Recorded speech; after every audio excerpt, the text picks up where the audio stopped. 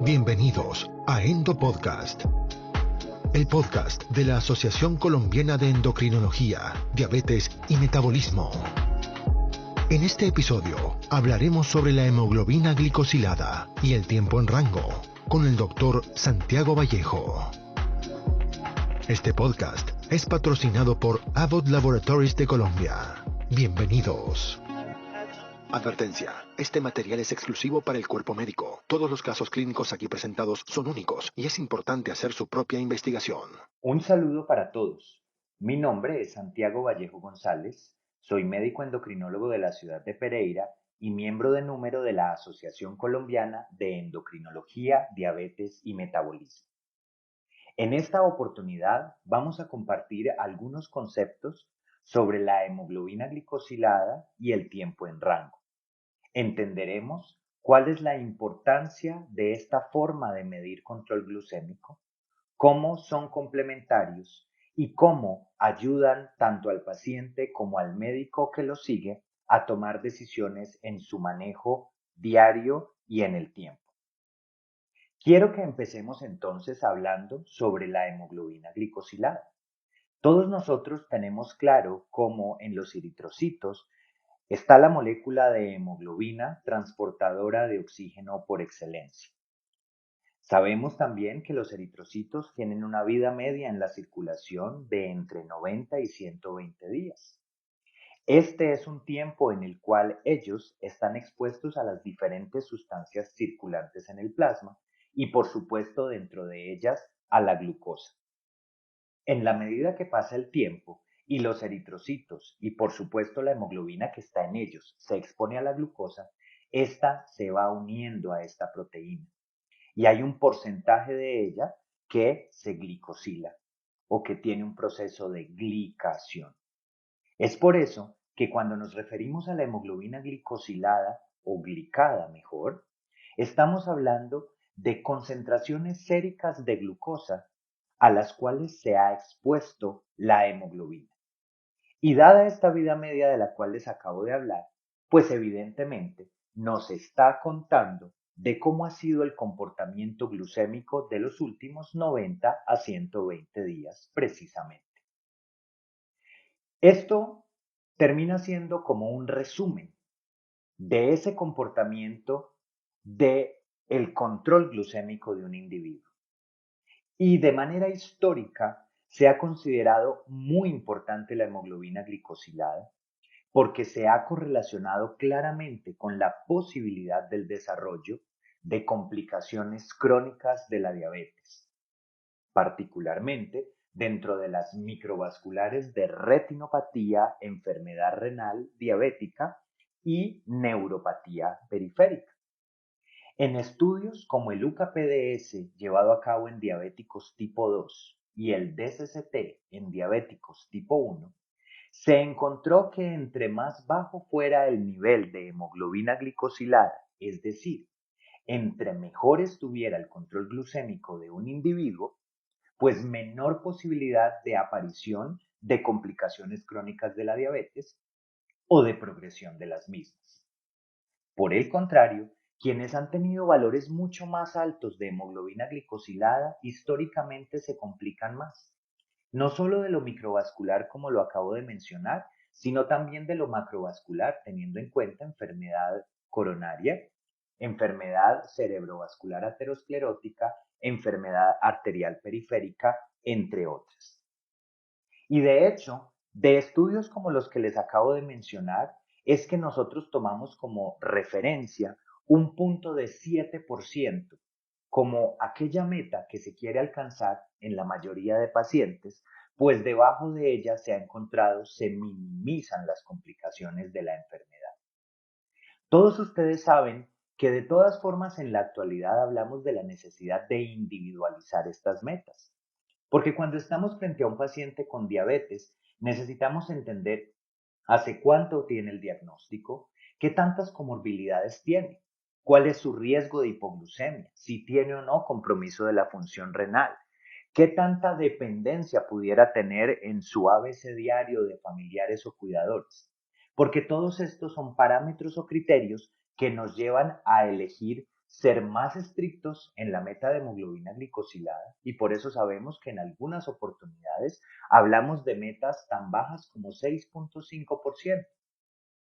Pero sabemos también que en la medida en que vamos muy hacia abajo en la meta de hemoglobina glicosilada, podemos correr el riesgo de aumentar la frecuencia de eventos de hipoglucemia con todos los efectos deleterios que ésta puede llegar a presentar. Entonces, como les acabo de contar, tenemos una clara correlación de hemoglobina glicosilada con complicaciones, cómo llegar a metas de la misma disminuye la aparición de estas y cómo de manera histórica nos ha hablado sobre el control glucémico de un paciente, al punto que no hay una sola guía mundial en diabetes que no utilice la hemoglobina glicosilada como una meta a cumplir y como uno de los criterios en la actualidad al momento de seleccionar una o varias terapias para el tratamiento de la diabetes. Está escuchando Endo Podcast, el podcast de la Asociación Colombiana de Endocrinología, Diabetes y Metabolismo. Síganos en Instagram, @aceendocrino, y envíenos los temas que quisiera que presentemos en este espacio digital. Hablamos entonces de por qué es importante y de lo histórico en la hemoglobina glicosilada. Pero también es importante que hagamos referencia sobre algunas limitaciones tanto en la medición como en la interpretación de este parámetro glucémico. Como les mencioné al principio del podcast, la hemoglobina glicosilada pues depende de la concentración de hemoglobina que llegue a tener un individuo. Entonces, cuando una persona tiene condiciones como anemia, como hemoglobinopatías, como por ejemplo enfermedad renal crónica, porque todos sabemos que el paciente renal tiene una vida media más corta de los eritrocitos y por lo tanto se va a ver alterada la hemoglobina glicosilada. Y en cambio hay otras condiciones en que no se acorta esta, sino que por el contrario se prolonga la vida media del eritrocito. Existen algunas condiciones genéticas que no están muy bien conocidas, pero además hay algunos individuos en quienes se ha identificado que existe una glicación aumentada. Allí ya empezamos a entender cómo, a pesar de lo importante que es este parámetro, hay toda una serie de circunstancias que pueden llevar a que la hemoglobina glicosilada nos sobreestime o nos subestime el control metabólico de un individuo determinado. Y de hecho, a pesar de la buena correlación que se sabe existe entre las mediciones, por ejemplo, glucométricas o el promedio de glucosa en el tiempo con relación a la hemoglobina glicosilada, todos nosotros, colegas, tenemos en el día a día pacientes que nos presentan una serie de glucometrías que no nos concuerdan con la hemoglobina glicosilada. Es en esos casos cuando nos tenemos que preguntar si allí puede haber alguna de estas circunstancias que interfiera con la adecuada medición o interpretación de la misma. Otro elemento a tener en cuenta es que, como decíamos antes, la medimos alrededor de cada 3 meses. Pero nos podemos preguntar, 3 meses no puede resultar en demasiado tiempo para definir que un paciente requiere ajustes en su terapia, mucho más si éste está haciendo uso de una terapia insulínica. Pero además es importante que reconozcamos que la hemoglobina glicosilada funciona como un promedio. Y ustedes bien saben que cuando hacemos referencia a promedios, hay valores extremos que nos pueden llevar a equivocarnos en la interpretación. En este orden de ideas, la hemoglobina glicosilada tiene una gran imposibilidad de evaluar la variabilidad glucémica, es decir, esas oscilaciones o esas altas y bajas que puede presentar un individuo. No podemos identificar a través de la hemoglobina glicosilada valores extremos, tanto en hiperglucemia como en hipoglucemia. Pero además, no podemos saber cómo está el control de nuestros pacientes en el día a día. Es decir, no podemos hacer identificación de patrones diarios. Y es importante recalcar una vez más, y sobre todo en pacientes que están haciendo uso de terapia insulínica, que las decisiones más importantes se basan en las mediciones de glucosa en el día a día y no en la hemoglobina glicosilada. Todos ustedes estarán de acuerdo conmigo en que cuando un paciente llega y su hemoglobina glicosilada no está en la meta, para todos es claro que es necesario llevar a cabo un ajuste. Pero la hemoglobina glicosilada no nos dice en qué momento particular este ajuste se debe efectuar. Por ejemplo, en un paciente con esquema insulínico basal-bol. ¿Será que lo que debe ser ajustado es la insulina basal? ¿Será que son los bolos? ¿Será que es un bolo particular el que requiere ajustes? Eso es importante que lo tengamos en cuenta. Está escuchando Endo Podcast, el podcast de la Asociación Colombiana de Endocrinología, Diabetes y Metabolismo. Síganos en Instagram, @aceendocrino, y envíenos los temas que quisiera que presentemos en este espacio digital. Habiendo hecho referencia a estas limitaciones de la hemoglobina glicosilada, llegamos a una nueva métrica muy interesante que es lo que conocemos como TIR del inglés Time in Range o que en español llamamos tiempo en rango. ¿Qué es esto?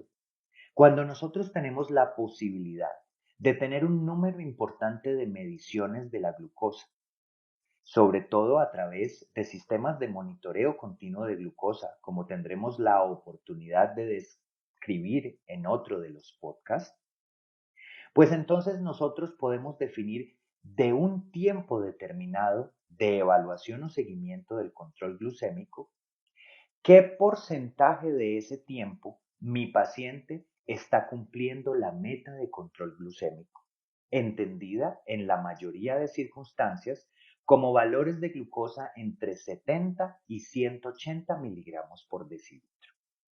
Entonces, cuando hablamos de tiempo en rango en porcentajes cada vez más altos, quiere decir que la mayoría del tiempo mi paciente está cumpliendo la meta que estoy persiguiendo. Y esto sí me centra un poco más en el comportamiento del individuo en tiempos de seguimiento menos prolongados. De hecho, se ha descrito como el tiempo óptimo para obtener una serie de mediciones que me lleven a un tiempo en rango ideal para interpretación es un seguimiento alrededor de 14 días. Entonces miren cómo empezamos a ver diferencias. Ya no necesariamente debo esperar 3 meses en cambiar una hemoglobina glicosilada para tomar decisiones, sino que un par de semanas pueden ser suficientes para empezar a generar modificaciones en la terapia que mi paciente viene recibiendo. Así como hablábamos de un 7%, 6.5%, 8% de meta de hemoglobina glicosilada, también hemos encontrado cuál es la correlación que existe entre tiempo y rango y buen control metabólico. Es así como la mayoría de veces cuando estamos frente a un paciente con diabetes mellitus tipo 1 o tipo 2, queremos, y las guías así lo recomiendan, tener tiempos en rango que sean superiores al 70%. Parecido a lo que hacemos con pacientes adultos mayores y más comórbidos, pues buscamos que la meta sea un poco más laxa y usualmente cuando son de muy alto riesgo o tienen una edad muy avanzada, podemos hablar de que tiempos en rango superiores al 50% podrían ser eh, aceptables. Pero hay otras circunstancias como por ejemplo embarazo y diabetes. Y allí queremos cada vez buscar tiempos en rango que sean mucho más elevados. Se ha definido que hay una asociación lineal, de hecho, entre tiempo y rango y hemoglobina glicosilada. Entre más alto sea el valor de tiempo en rango, más bajo será el valor de hemoglobina glicosilada de mi paciente. Pero miren lo interesante. Nosotros hablábamos al inicio del podcast de cómo la hemoglobina glicosilada y su valor se correlaciona con la aparición o no de complicaciones crónicas de la diabetes. Pues bien, tengo para contarles que también hay suficientes estudios a la fecha que hablan que entre más alto sea el cuartil de tiempo en rango de un grupo de pacientes, menor será la tasa de complicaciones crónicas de los mismos. Es decir, que estamos hablando de una forma de medir control glucémico complementaria a la hemoglobina glicosilada, que no está sujeta a esas dificultades de medición o interpretación de las cuales hablaba yo al inicio de este podcast, pero que además se correlaciona con complicaciones o no de acuerdo a la consecución de metas, y que en tiempos tan rápidos como 14 días del uso de sistemas de monitoreo continuo de glucosa, podemos ya tener una idea clara de cómo está el control metabólico de nuestros pacientes, para tan temprano como eso, tomar decisiones.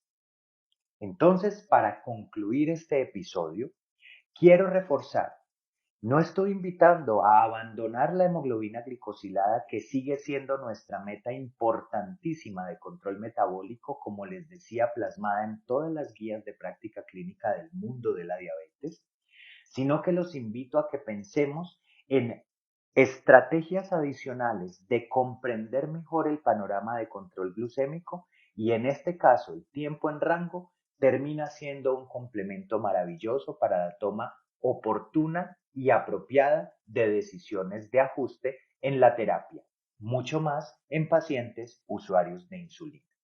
Muchas gracias por su atención y los espero en próximos podcasts. Esto fue Endo Podcast. Los invitamos a conocer más contenidos en la web www.endopodcast.org y suscríbase al newsletter. Síganos en nuestro Instagram, @AceEndocrino. Nos reencontraremos brevemente en una nueva dosis de Endo Podcast. Gracias por escucharnos.